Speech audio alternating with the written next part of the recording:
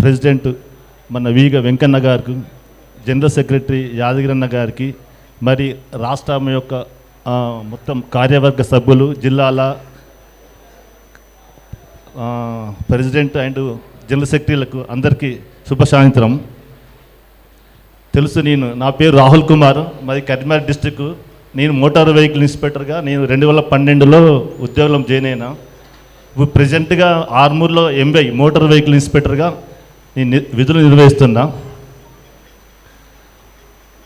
ఇప్పుడు ఇన్ని సంఘానికి నేను వెంకన్న చేసినల్లా 1% కూడా చేయలేదు. అందరూ నన్ను ఏదో సాయం చేస్తున్నారంటే అది నా విధి, కర్తవ్యం. ఎందుకంటే మా డిపార్ట్మెంట్లో అందరికీ ప్రతిరోజు ఎవరికొకరు చేస్తున్నా. అదే పద్మశాలి కుల బాంధవులకు చేస్తున్నందుకు నాకు గర్వంగా ఉంటుంది. ఖచ్చితంగా నేను పద్మశాలి వాళ్ళు ఎవ్వరు రెఫర్ చేసినా 100% నేను ప్రాబ్లం ఉన్న సాల్వ్ చేయడానికే ప్రయత్నం చేస్తాను. అది నా అదృష్టంగా భావిస్తున్నాను. మన వెంకన్న ఎంత అందరూ ఒక రకరకాల పోల్చారు కదా. నేనేందంటే మనదంతా ఒక ట్రైన్ లాగా. ట్రైన్లో ఎన్ని ఉంటాయి, ఒక 50 పెట్టెలు ఉంటాయి కదా ప్యాసింజర్స్. మనం అందరం ఒక ట్రైన్లో బోగిలలో కూర్చున్నాం. మెయిన్ ఇంజిన్ ఎవరు? వెంకన్న. ఎంత కష్టమవుతుంది, ఇంజిన్ ఉంటేనే కదా మనం పోయేది. మనం అందరం ఆరాంగా బోగిలలో కూర్చున్నాం అంతే. కేవలం అన్న కొంతమంది కార్యవర్గ సభ్యులు మాత్రమే ఇంజిన్ సంబంధించిన. మెయిన్ డ్రైవర్ ఎవరు అంటే వెంకన్న. అన్ననే లేకుంటే బండి నడవదు కదా. మనం ఎట్లా కూర్చున్నాకనే ఉంటాము. ఎలాంటి మన గమ్యస్థానికి మన గోల్స్ ఏం రీచ్ కావు. అందుకనే వెంకన్న అంటే ఎంత అంటే ముఖ్యమంటే, ఒక రైలు ఇంజిన్కు భోగి ఉన్న ఇంజిన్ ఎంత ముఖ్యమో భోగికు అన్న కూడా అంత ముఖ్యమని నా ఉద్దేశం. అట్లాగే అంటే డిపార్ట్మెంట్ పరంగా నేను ఒక చిన్న సూచన చేయదలుచుకున్నాను. ఇదివరకు మన ఆర్డీఓ సార్ చెప్పినట్టుగా అతని ఒక అనుభవం ప్రకారమే నేను కూడా కొన్ని మా డిపార్ట్మెంట్ తరఫున కొన్ని విషయాలు చెప్పదలుచుకున్నా. ఎందుకంటే ప్రతి ఒక్కరూ డ్రైవింగ్ వస్తుంది. ఏదో ఒక 2 వీలరో 4 వీలరో ఖచ్చితంగా డ్రైవింగ్ వస్తుంది. డ్రైవింగ్ వచ్చిన ప్రతి ఒక్కరూ లైసెన్స్ తీసుకోండి. నా ఉద్దేశం ఏంటంటే, మన వాళ్ళు కానీ ఎవరు కానీ లైసెన్స్ లేకుండా డ్రైవ్ చేసి ఏదైనా ప్రమాదం జరిగితే శిక్షలు చాలా కఠినంగా ఉంటాయి. కాబట్టి ఖచ్చితంగా మీకు డ్రైవింగ్ వస్తే నన్ను సంప్రదించండి, మీకు లైసెన్స్ ఇస్తా. 100% మీకు తెలంగాణ రాష్ట్రంలో కానీ ఆంధ్రప్రదేశ్లో కానీ ఎక్కడైనా కానీ మీకు ఎలిజిబిలిటీ ఉంటే డ్రైవింగ్ వస్తే లైసెన్స్ కోసం సంప్రదించండి. మీకు డ్రైవింగ్ ఇప్పిస్తా. ఖచ్చితంగా మీరు డ్రైవ్ చేసేటప్పుడు 2 వీలర్ అయితే హెల్మెట్ పెట్టుకొని డ్రైవ్ చేయండి. ఎందుకంటే మనం ఏది చేయాలన్నా మనం జీవించి ఉండాలి కదా, ఆరోగ్యంగా ఉండాలి. కాబట్టి ఏ కార్యక్రమం చేయాలన్నా, మనం ఏ మంచి పని చేయాలన్నా కూడా మనం ఆరోగ్యంగా ఉండాలి, జీవించి ఉండాలంటే కొన్ని రోడ్డు నియమాలు పాటించాలి. ఎందుకంటే ఈ మధ్య చనిపోవడంలో ఎక్కువ రోడ్డు యాక్సిడెంట్ల ద్వారా చచ్చిపోతున్నారు. ఈ రకరకాల రోగాలకు చచ్చిపోయేది తక్కువ, యాక్సిడెంట్ల ద్వారానే మోర్ దెన్ 50-60% చనిపోతున్నారు. కాబట్టి ఖచ్చితంగా కొద్దిగా మీకు కొన్ని మోటార్ వెహికల్ యాక్ట్ రూల్స్ తెలియదు కాబట్టి ఈ సందర్భంగా చెప్తున్నాను. మీ పిల్లలకు మైనర్ అయితే అస్సలు డ్రైవింగ్ ఇవ్వకండి. ఎందుకంటే మైనర్గా డ్రైవింగ్ చేసి పట్టుబడితే ఒక 3 సంవత్సరాల శిక్ష పేరెంట్స్గా ఉంటుంది. 25,000 రూపాయలు జరిమానా. పిల్లలకు కూడా డ్రైవింగ్ లైసెన్స్ ఒక 5 సంవత్సరాలు రద్దు చేస్తారు. కాబట్టి మీరు ఏం చేస్తారంటే ఖచ్చితంగా మీ మైనర్లకు ఎట్టి బస్సులో ఎలక్ట్రిక్ వెహికల్ కానీ చిన్న బండ్లు కానీ ఏది కూడా ఇవ్వకండి. ఖచ్చితంగా 18 సంవత్సరాలు నిండిన తర్వాతనే మీరు మీ పిల్లలకు లైసెన్స్ ఇప్పించి వెహికల్ ఇవ్వండి.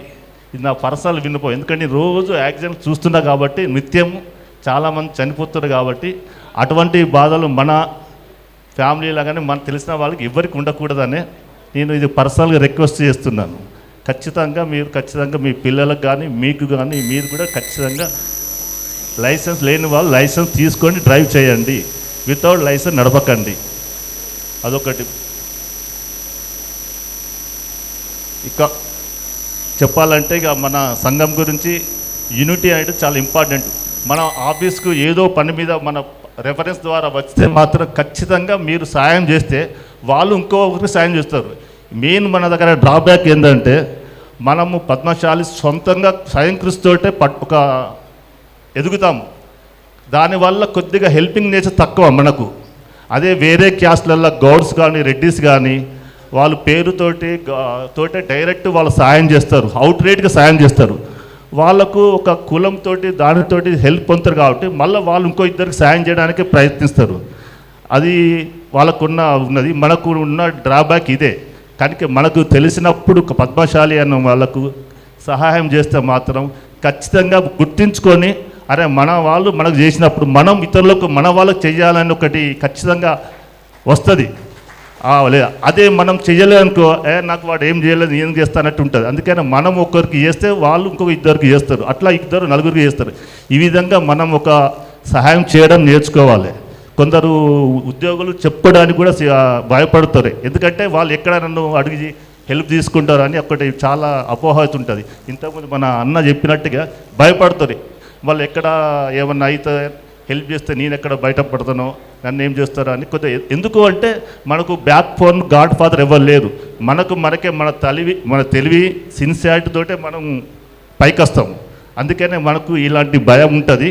అలాంటి భయం అంటే పోగొట్టుకండి. ఇక్కడి నుంచి మనం మారుదాం. మనం ధైర్యంగా మన వాళ్ళకు మనం సాయం చేద్దాము, ఇతరులకు సాయం చేయడానికి సహకరించుదాం. ఏదో చాలా మాట్లాడాలనుకుంటా కానీ కొద్దిగా అన్నీ మర్చిపోతూ ఉంటాం. Thank you. ఇంకొకటి, మనకు ఇంకా ఫైనాన్షియల్ ఏమైనా పని చేయాలంటే ప్రతి ఉద్యోగి కనీసం నెలకు మీరు ఒక ఛాయనో ఒక బిర్యానో, నెలకొక బిర్యానీ ఖర్చు సంఘానికి ఇస్తే ఏదైనా చేయడానికి బాగుంటుంది. నెలకు 300 రూపాయలు ఒక బిర్యానీ ఒక తినకుండా ఎవ్రీ మంత్ ఒక మీ జిల్లాలో ఉన్న దానికో ఫండ్ ఇచ్చేయండి. 300 ఒక 100 మంది ఉన్నారు అనుకో, 200 మంది అనుకో, 100 × 300 వేసుకో, ఫండ్ కలెక్ట్ అవుతుంది. ఎప్పుడన్నా అవసరం ఉన్నప్పుడు సడన్లీ అడగకుండా ఒకటి జిల్లా ఫండ్, స్టేట్ ఫండ్ లాగా ఉంటే బాగుంటుంది. ప్రతి నెల కొంతమంది క్రిస్టియన్స్ ఎవ్రీ మంత్ వాళ్ళ సాలీలో 5%, 10% టెంపుల్ దానం. అట్లనే మనం మన సంఘానికి దేవునికి సాయం చేయడం తప్పేం కాదు.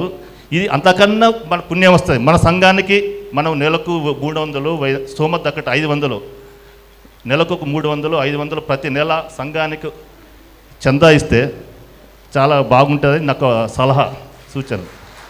ఈ అవకాశం ఇచ్చిన గారికి మరియు ఉద్యోగులందరికీ శిరస్సు నుంచి నమస్కారం. థ్యాంక్స్ అండి.